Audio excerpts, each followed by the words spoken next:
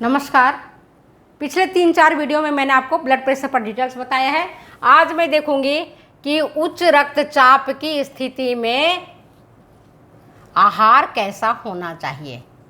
उच्च रक्तचाप की स्थिति में किस तरह की पोषण की आवश्यकता होती है। आहार नियोजन, किस तरह का आहार देना चाहिए।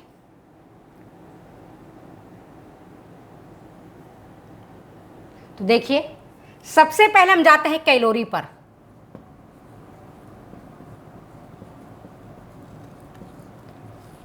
उच्च रक्तचाप से पीड़ित जो व्यक्ति है उसको कैलोरी 5 से 10% तक, जितना उसको रोज चाहिए, इससे कम मिलना चाहिए। कितना? 5 से 10% तक कम मिलना चाहिए, क्योंकि अगर ज़्यादा कैलोरी देगा तो उसकी मोटापा बढ़ेगी। ज़्यादा कैलोरी होगा तो क्या होगा आपको पता है। एक जितना हमें बॉडी में चाहिए उतना तो हमारी बॉडी ले लेता है, और जो रिमेनिंग है उसको हमारे एडिपोस टिश्यू में, त्वचा के नीचे जमा कर देता है। भाई लीवर में उतना ही जमा होगा ना जितनी लीवर की कैपेसिटी है। अगर लीवर की कैपेसिटी नहीं है जमा करने की तो क्या होगा, लीवर खुद ही फैटी हो जाएगा, उसमें वसा का जमा हो जाएगा, जो कि सही नहीं है। ठीक है, तो कैलोरी कितना होना चाहिए? 5 से 10% कम कर दीजिए कैलोरी, पहली बात। दूसरा बात, कैलोरी कम करने के लिए क्या करना है हमको?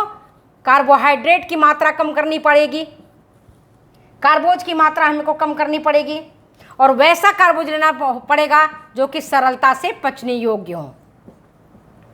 सरलता से पचने योग्य कार्बोहाइड्रेट का हमको उपयोग करना चाहिए,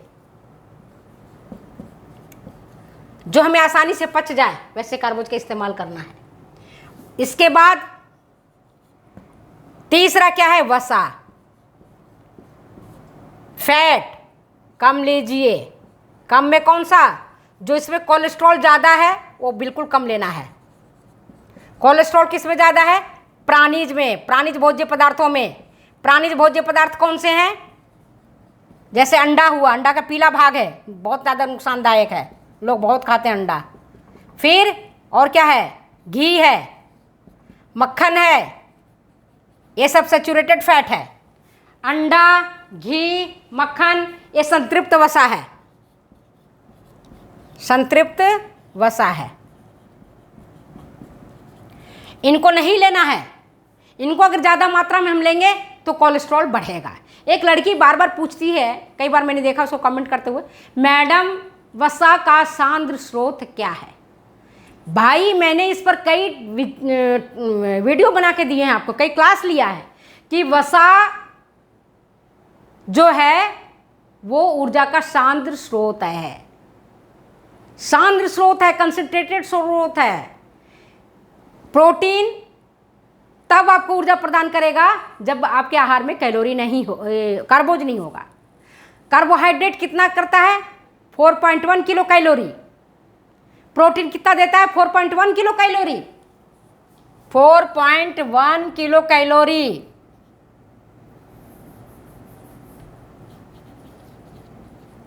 ये देता है कार्बोज, कार्बोहाइड्रेट, और इतना ही देता है 4.1, 4.2, जो भी कहिए, 4.1 किलो कैलोरी ये देता है प्रोटीन। जितना आपको ऊर्जा कार्बोहाइड्रेट से मिलता है उतना ही प्रोटीन से ऊर्जा हमें मिलता है। लेकिन वसा जो है वह हमारे दुगना से भी ज़्यादा कैलोरी देता है, 9.2 किलो कैलोरी, इतना देता है ज़्यादा वसा। तो वसा क्या है? सांद्र स्रोत है। आप खुद भी देखिए, अगर आप तला भुना हुआ चीज़ खाते हैं, परांठे खाते हैं, पूड़ी खाते हैं, हलवा खाते हैं, घी मक्खन वाली चीज़ें ज़्यादा खाते हैं, आपको भूख नहीं लगती है, देर से पचता है, और ये ज़्यादा मोटापा को बढ़ाता है। कोलेस्ट्रॉल के धमनियों के चारों तरफ ये कोलेस्ट्रॉल को बढ़ा देता है। तो हमें वसा की मात्रा कम लेना चाहिए, और वैसा वसा लेना चाहिए जो जिसमें कोलेस्ट्रॉल की मात्रा कम हो। जैसे सोयाबीन का तेल है, सरसों का तेल है, ये सब चीज़ बहुत अच्छा है ना। सरसों का तेल तो खास करके बहुत बढ़िया है खाने के तेल में अगर देखा जाए तो सरसों का तेल बेस्ट होता है, सरसों का तेल का उपयोग करना चाहिए। नेक्स्ट है तरल पदार्थ। तरल पदार्थ कब? तरल पदार्थ अगर आपको ज़्यादा मात्रा में बॉडी में सूजन है तो तरल पदार्थ कम लीजिए। ऐसे कहते हैं कि खूब पानी पीजिए, लेकिन अगर बॉडी में सूजन है ना, कोशिकाओं में पानी भर गया है, तो उस दशा में कहते हैं रोगी व्यक्ति को तरल पदार्थ का सेवन कम से कम करना चाहिए। जितनी नीड है उतना ही करना चाहिए। अगर ज़्यादा मात्रा में वो सेवन करता है तो उससे स्थिति बिगड़ सकती है, सुधर नहीं सकती। नेक्स्ट क्या है? विटामिन। चलिए इसको मिटाते हैं। तो विटामिन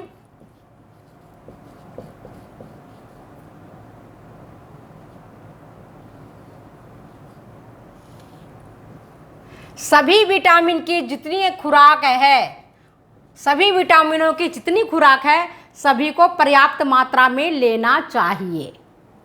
और अगर उनकी खाद्य पदार्थों से, भोज्य पदार्थों से विटामिन की पूर्ति नहीं हो पा रही है तो मल्टीविटामिन की एक गोली रोज लेना चाहिए।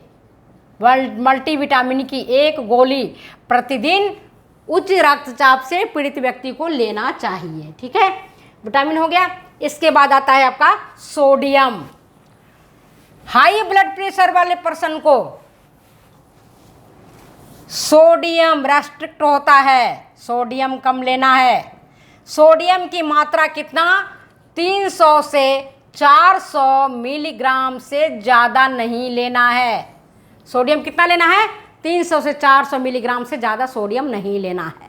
अगर ज़्यादा आप लेते हैं तो हाई ब्लड प्रेशर के रोगी के लिए ये खतरनाक है, नुकसानदायी है। तो सोडियम हमको ज़्यादा मात्रा में नहीं लेना चाहिए, क्योंकि अगर आप सोडियम लेते हैं, ऊपर से टेबल साल्ट लेते हैं, दाल में ज़्यादा लेते हैं, छाछ में नमक लेते हैं, तो ब्लड प्रेशर बढ़ेगा, घटेगा नहीं। याद रखना।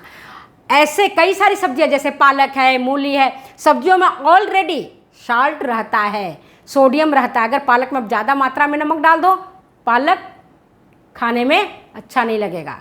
इसी तरह से मूली के पत्तों में ज़्यादा मात्रा में रहता है, सरसों के साग में ज़्यादा मात्रा में रहता है, सोडियम की मात्रा ऑटोमेटिक ज़्यादा रहता है, प्राकृतिक रूप से ज़्यादा रहता है।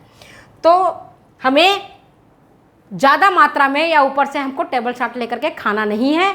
और सब्जियों में भी कम से कम, दाल में भी कम से कम नमक का इस्तेमाल करना चाहिए, प्रयोग करना चाहिए। नेक्स्ट क्या है? पोटेशियम।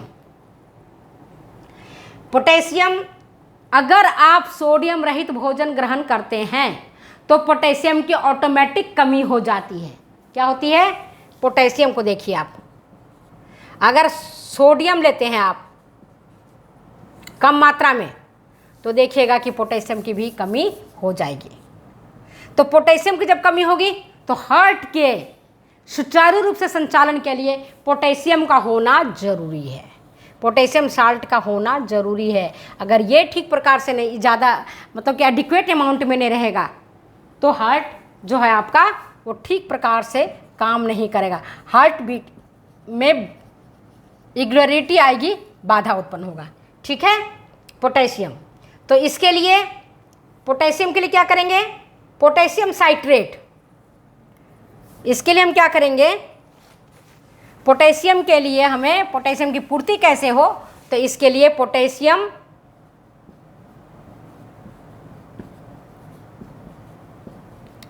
साइट्रेट, कितनी मात्रा इसकी? 2 से 4 ग्राम प्रतिदिन, दिन में कम से कम 2 से 3 बार देना चाहिए। यह है आपका आहार। मोटा मोटी आहार में क्या करना है?